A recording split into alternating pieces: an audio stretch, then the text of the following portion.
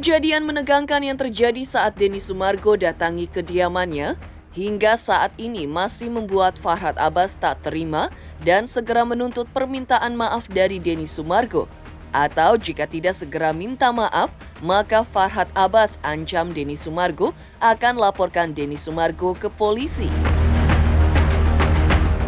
Dan ultimatum Farhad Abbas kali ini pada Denny Sumargo bukanlah isapan jempol belaka.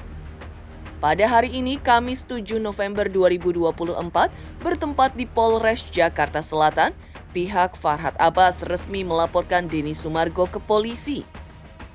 Lalu dengan pasal apa Farhad Abbas melaporkan Denny Sumargo ke polisi?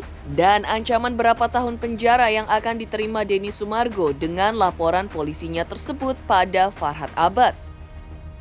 Kerugian-kerugian apa saja yang sudah diterima oleh Farhad Abbas dengan aksi dari Denny Sumargo mendatangi kediamannya pada hari Minggu malam lalu? Selain itu, respon mengejutkan Tengku Zanzabella selaku pegiat sosial media atas aksi Denny Sumargo yang menyambangi rumah advokat Farhad Abbas beberapa waktu lalu. Menurut Tengku, tidak ada kesatria pada kesempatan tersebut, kecuali dilakukan di atas ring tinju. Pemirsa, bersama Intens Investigasi, kami hadirkan kabar terkini, terpercaya dan teraktual.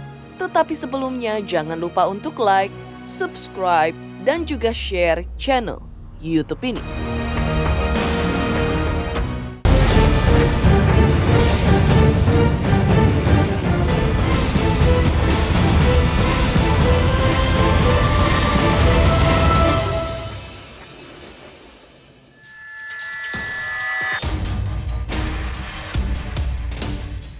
Momen ketegangan yang terjadi ketika Denny Sumargo mendatangi kediaman Farhad Abbas pada hari Minggu lalu 3 November 2024 masih menjadi bahan perbincangan netizen dan publik.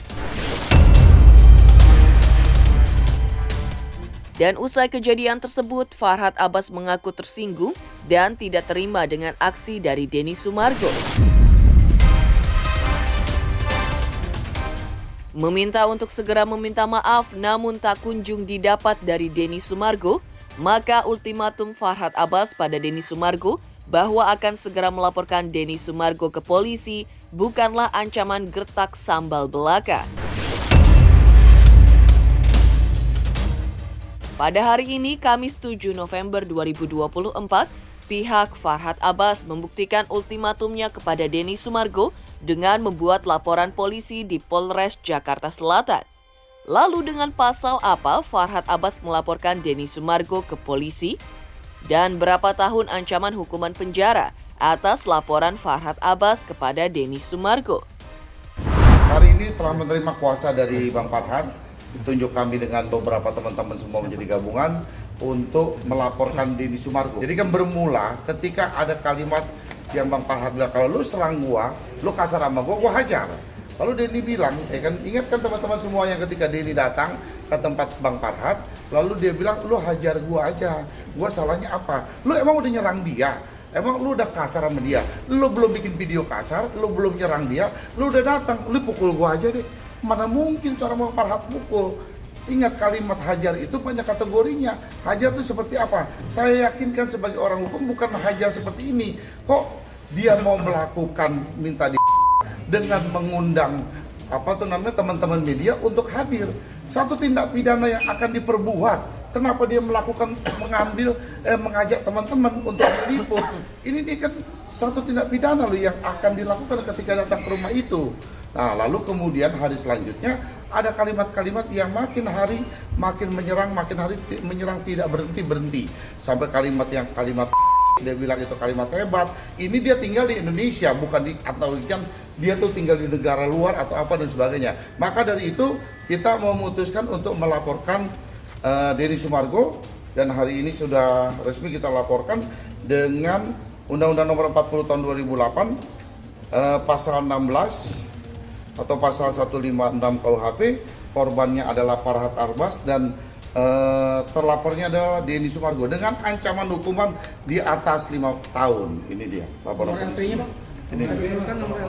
Ya. Lalu sebentar, ikan dengan nomor laporan polisi 342 B3462 3462 11 Romawi 2024 yang terjadi pada hari Kamis tanggal 7 November 2024.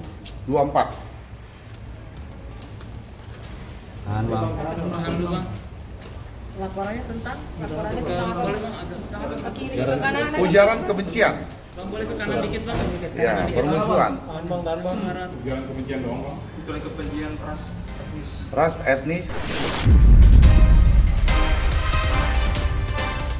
Atas laporan polisi Farhad Abbas terhadap Denny Sumargo ini, kerugian apa saja yang sudah diterima Farhad Abbas? Dan seperti apa keseriusan pihak Farhad Abbas atas laporannya dengan Denny Sumargo ini? Benarkah tidak ada kata damai lagi di pihak Farhad Abbas dengan Denny Sumargo? Ini kita di Polres Jakarta Selatan. Saya menepati pertandingan hari ini bukan pertandingan otot tapi pertandingan otak. Bukan menyangkut salah benar tapi etika. Ya. Saya mengatakan masalah siri itu bukan menggunakan badi ataupun pistol atau senjata. Bukan dengan cara mempermalukan orang, mengetok rumah orang dengan cara-cara yang tidak benar, kesombongan dan keangkuhan.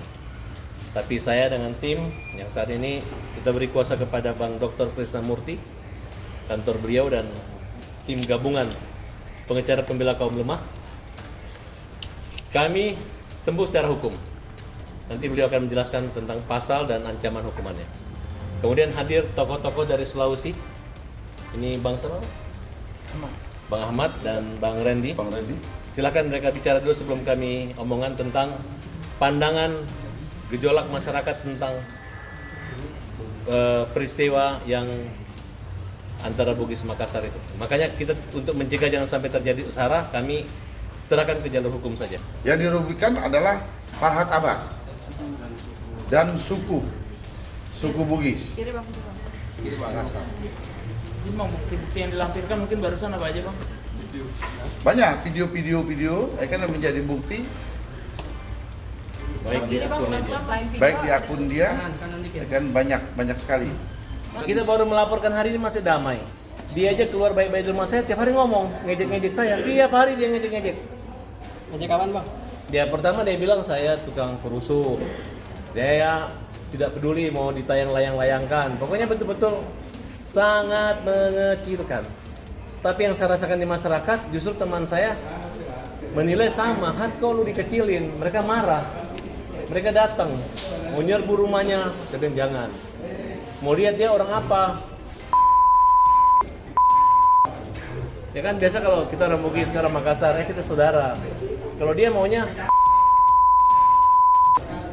ada nyalimu, cabut pedang, kan jadi begitu. Nggak harusnya, menurut saya, pendapat saya adalah ketika pertemuan malam itu di Kemang, tempatnya Bang Farhad, antara Denny, sudah selesai. Lah ketika, kan sudah selesai ya? Sudah selesai pertemuan malam itu. Sebenarnya belum selesai Mas, Iya. karena bahkan ketika saya mengatakan saya orang Bugis, bukannya dia menganggap sebagai saudara, malah. Nah, dan saya juga memang keberatan, orang tua saya itu kaget melihat gaya Denny gitu. Harus saya pikir dia bertamu, udah clear, tiba-tiba di luar dibuat seolah-olah saya ini adalah orang yang tidak berdaya, ketakutan. Padahal dia datang ke rumah saya, dia minta pukul saya. Terus apakah dengan kesopanan saya ini membuat saya penakut? Nah, udah nggak apa-apa. Kalian bilang saya penakut atau apapun, tapi saya sopan dan menghormati tamu. Nah sekarang silakan kalau dia berani, silakan dihadapi unsur-unsur pasal yang menjerat dia nanti ketika proses ini berlangsung. Bang Farhad, Alasannya apa? Dia mengatakan bahwa saya Makassar, saya Bugis, biarkan nanti dia menjelaskan dalam keterangannya ketika nanti di BAP oleh pihak penyidik. Bang, berarti nggak ada kata damai bang kalau udah laporan kayak kan gitu? seperti bilang ada keberatan juga bawa media segala macam. Tapi kan pada saat itu Denny kan membawa satu kamera, kenapa Saya abang nggak tahu, mengizinkan itu, Bang? saya juga nggak tahu. Karena saya kan posisi di dalam. Nah saya pikir kok ada dia satu gitu. Kalau nggak salah bukan kamera, ada orangnya dia Handphone. masuk, itu satu handphone. Iya, dia kan merekam. Iya. Iya. Akan dipublish, Denny udah izin Iya. juga. Kenapa abang mengizinkan? Walaupun saya izinkan dia publish, tapi bukan dengan gaya kesongongannya dia. Bukan kan saya ini nggak tahu kalau dia ini itu live, tiba-tiba Saya akan begini. Saya nggak tahu. Kalian tahu kasih pertemuan di dalam itu yang sebenarnya terjadi seperti apa? Tahu nggak? Nggak tahu kan? Yang di dalam seperti apa? Coba jelaskan sedikit. Ya, di dalam itu seperti apa kan nggak tahu kan? Pertama dia getar, dia pikir ini orang dia takut dipukul, makanya ada kamera. Ya, saya nggak mungkin memukul. Tapi begitu kita meremah, dia ngomong kau. Jadi pusing saya dengarnya. Akhirnya ibu saya telepon saya, loh kok itu ada orang kayak gitu nggak sopan sombong gitu. Ya, jadi saya pikir udahlah Bun, mungkin saya lebih jahat, mungkin aku lebih galak dibanding dia. Saya nenangin perasaan ibu saya. Tapi saya pikir saya nggak lebih galak dari dia di situ. Saya halus banget. Nah, saya bilang udahlah. Ketika saya tanya, Deni, kau bilang itu apa? Kamu kan orang pintar. Kamu orang pintar. Saya bingung. Masa gua dibilang orang pintar? Saya berpikir.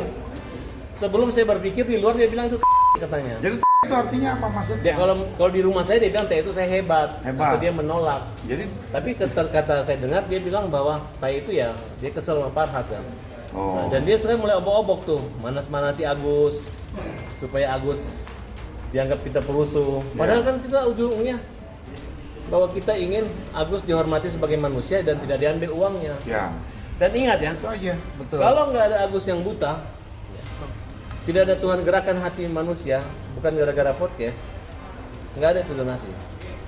Tapi jangan merasa ada Denny dan ada Nopi bahwa uang itu ada. Tergerak hatinya itu kan manusia itu dari kondisinya Agus, dia lihat buta. Cobalah diaudit dari berdirinya yayasan itu berapa banyak dia pernah terima duit. Pasti yang paling besar pasti donasinya Agus ya. Karena saya yakin itu kan orang manusia Nanti itu kita minta tergerak. diaudit. Ya, nanti kita akan minta audit.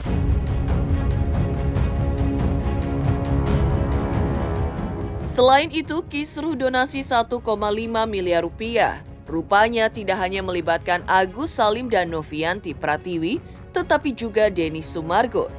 Sebagai konten kreator yang ikut membantu melakukan penggalangan donasi untuk Agus, Denny Sumargo belakangan ini terlibat bersih tegang dengan Farhat Abbas selaku kuasa hukum Agus. Disusul dengan aksi dugaan saling mengatai hingga saling menantang. Klimaksnya pada hari Minggu tanggal 3 November 2024, Denny Sumargo menyambangi rumah Farhat Abbas untuk menjawab tantangannya.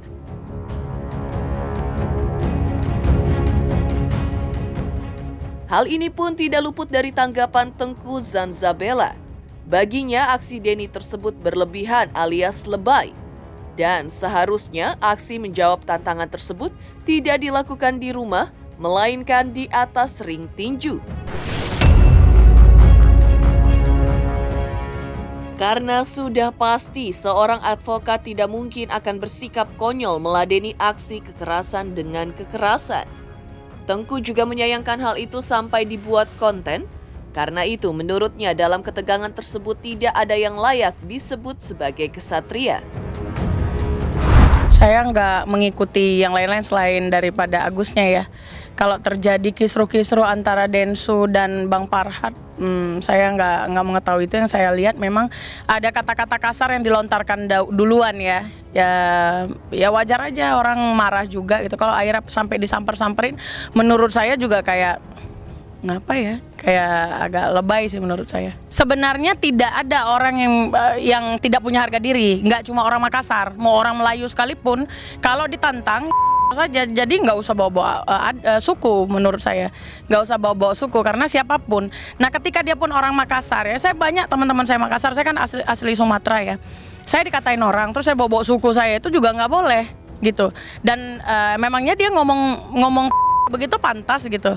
Orang lain yang kemudian bersuku apa tidak boleh marah gitu. Hanya dia saja yang marah karena membawa suku tertentu gitu. Nggak cocok menurut saya itu. Bawa kamera, terus ngobrolnya juga menurut saya itu konten. Jadi saya menanggapi konten kan lucu juga gitu. Lucu juga. Dan kalau Bang Farhat tidak merespon atau ngebalas gitu ya, masa pengacara masa dia melakukan pemukulan ya udah jelas masuk penjara lah. Bukan persoalan wah dia takut sama gue, tidak ada kekerasan yang dibenarkan itu yang benar. Kalau mau nantang nyamperin tuh di ring tinju itu baru benar. Kalau ke rumah nggak cocok juga menurut saya. Malah kalau saya bilang di sini kesimpulannya siapa kesatrianya, tidak ada kesatria di sana karena itu bukan ring tinju. Bahkan ketika dia datang dengan konten, di mana logikanya orang memukul dia, itu nggak mungkin banget. Jadi itu sama-sama perbuatan yang tidak cerdas menurut saya.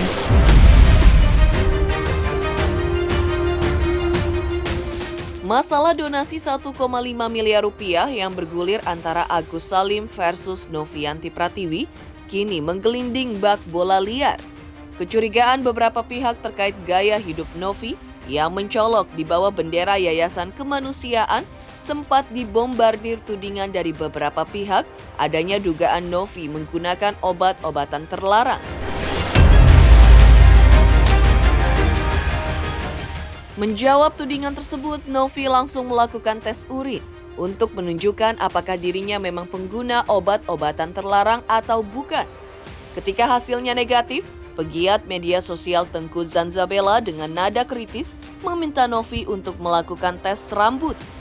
Tes rambut pun sudah dilakukan Novi, namun Tengku juga mengkritisinya karena tidak didampingi pihak-pihak terkait untuk menunjukkan kesahan dari hasil tes rambut yang dilakukan Novi tersebut. Kini giliran Tengku Zanzabella yang ditantang balik oleh Novi untuk melakukan tes kesehatan guna membuktikan bahwa Tengku bebas dari zat obat terlarang. Lantas respon mengejutkan pun dilontarkan oleh Tengku Zanzabella. Bagi Tengku, Novi bukan orang yang berwenang untuk menyuruhnya. Pertama, perlu digarisbawahi kalau saya tidak pernah mengatakan orang tersebut itu menggunakan narkoba. Yang mengatakan itu kan pengacaranya Agus ya. Jadi pada saat tes urin saya bilang, saya nyeletuk memang, saya bilang kenapa enggak tes rambut sekalian, nanggung, saya bilang gitu. Kalau akhirnya dia melakukan tersebut ya bagus sebagai pembuktian. Kalau ada hasil kayaknya hasilnya nggak secepat itu ya. Dan kalaupun hasilnya positif ya bagus berarti. Pesannya kalau dia melakukan sesuatu untuk pembuktian kepada masyarakat, ya bagus dong. Karena kan dia petugas kemanusiaan, ya bagus. Kita pun dituntut kalau kita mau ngapa-ngapain menjadi petugas kemanusiaan, petugas politik, itu memang harus ada tesnya. Dan wajar aja menurut saya. Wajar. Dan itu bukan saya yang nyuruh kan. Yang nyuruh kan RD Law, bukan saya. Kapasitas dia siapa meminta saya mengetes narkoba? Bukan berarti saya takut. Ngapain saya takut? Saya pernah melaporkan orang menuduh saya narkoba kok. Mengejutkan respon Tengku Zanzabella terkait aksi Denny Sumargo menyambangi rumah advokat Farhad Abbas. Lantas seperti apa pula respon praktisi hukum terkait ketegangan antara Denny Sumargo dan Farhad Abbas tersebut hingga kisruh donasi 1,5 miliar antara Agus versus Novianti Pratiwi? Selamat untuk Intens Investigasi karena sudah mencapai 3 juta subscribers di YouTube. Sukses selalu and all the best. Oke.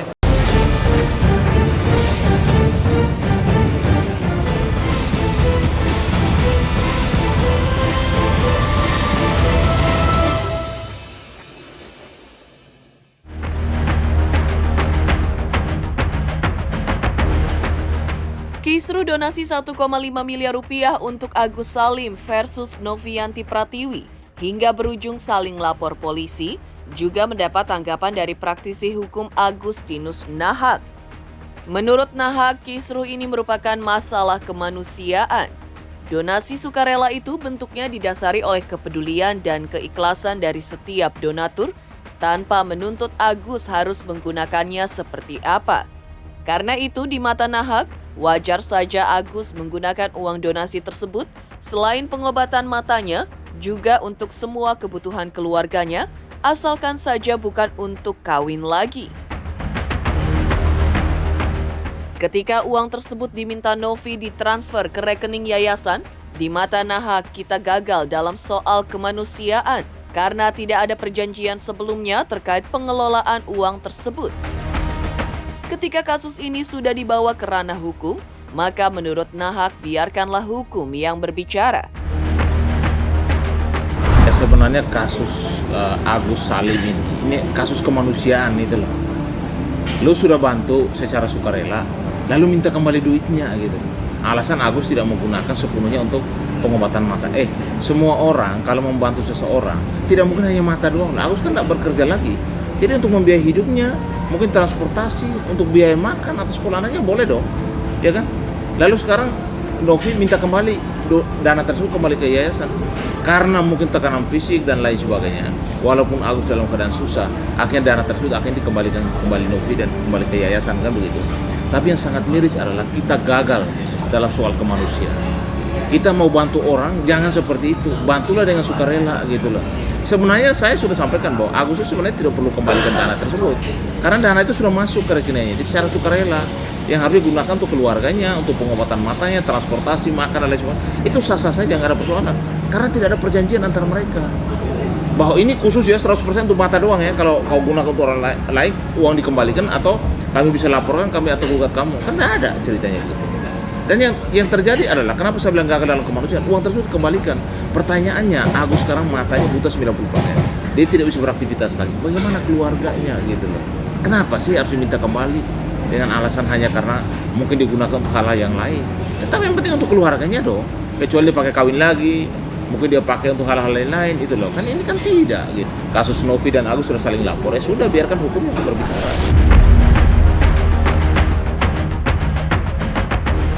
Agustinus Nahak juga menyoroti ketegangan antara Farhad Abbas dengan Denny Sumargo yang berujung pada aksi Denny Sumargo menyambangi rumah Farhad Abbas pasca ditantang oleh Farhad. Menurut Nahak, aksi Denny Sumargo tersebut bukan contoh yang baik sebagai public figure. Meskipun Denny Sumargo melakukan hal tersebut karena terlebih dahulu ditantang oleh Farhad Abbas, yang juga menurut Nahak bukan contoh sikap yang baik pula sebagai seorang advokat senior, namun apa yang terjadi bisa menjadi presiden yang buruk atau pembelajaran kurang baik bagi para fans keduanya yang berjumlah jutaan orang.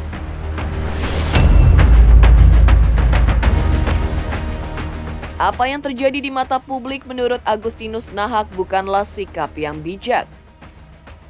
Langkah Farhad kemudian mensomasi Denny Sumargo, menuntut minta maaf pun di mata Nahak bukanlah solusi yang bijak. Ia mengusulkan Farhad dan Denny untuk berdamai. Jika tidak, solusi lainnya adalah keduanya berduel di atas ring tinju. Itu pun tergantung kesediaan keduanya. Tapi yang paling bijak menurut Nahak adalah berdamai karena keduanya adalah public figure dan berpendidikan.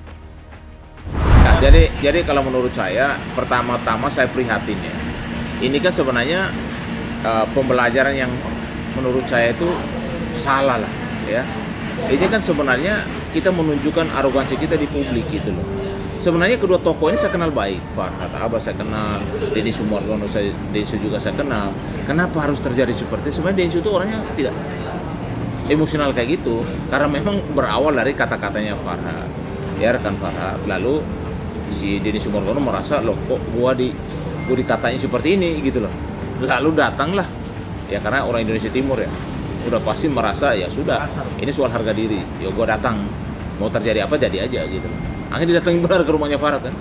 Yang menjadi miris juga, yang nantang si Farhad datang si Denny Sumargo malah dibilang siapa yang bisa lawan Denny kan gitu. Jadi maksud saya tidak seimbang gitu loh. Harusnya berikanlah sebagai tokoh, sebagai public figure, kita harus memberikan contoh yang baik kepada masyarakat. Tidak seperti arogansi kayak kejadian itu. Kan itu kan menjadi presiden buruk menurut saya. Sebagai Farhad juga artis dan juga pengacara, Pak Denny Sumargo juga adalah salah satu pemilik podcast, bahkan di YouTuber yang cukup terkenal. Ini kan pembelajaran yang kurang baik gitu. Presiden buruk juga kepada public figure. Bagaimana nantang-nantangan, datang mau saling, sebenarnya Pak Denny itu datang biar dipukul katanya itu kan. Kan faktanya kan tidak dipukul gitu loh. Jadi kalau menurut saya udah damai aja. Berikan contoh dan berikanlah presiden baik kepada masyarakat. Karena mereka ini punya fans itu puluhan juta. Nah kalau ini ditiru oleh fansnya, bagaimana negara ini ya? Jadi saran saya, presiden buruk ini jangan terulang lagi kepada public figure yang lain. Atau kalau ada persoalan silakan selesaikan secara internal. Karena kalau sudah dimuat di publik, semua masyarakat juga akan melihat dan menilai itu loh. Bukan apa-apa. Mereka ini punya fansnya jutaan. Nah jutaan itu kalau mengikuti apa yang mereka lakukan, ini kan jadi persoalan. Apalagi anak-anak yang masih di bawah umur, mereka melihat bahwa ternyata kalau ada kejadian seperti ini harus gua ngikuti fans, kan juga nggak benar. Kalau menurut saya bijaklah dalam segala hal. Dan kalau memang ada persoalan antar pribadi, ya selesaikanlah secara kekeluargaan. Ya, toh kalau memang harus gentleman saling, oke, kita buka ruang tinju aja.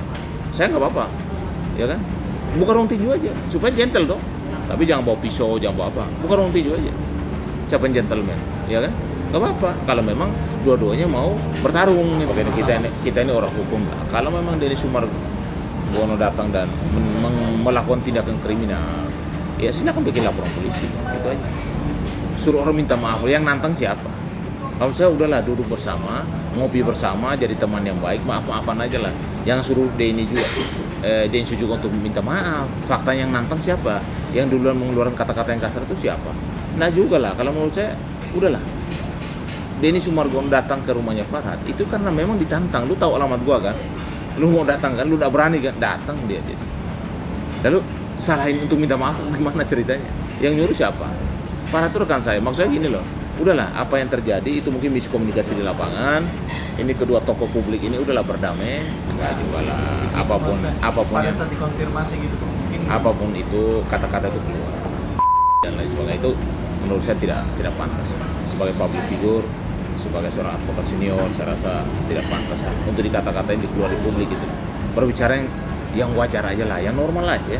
Tahu juga mereka dua tokoh publik saling kenal juga kan.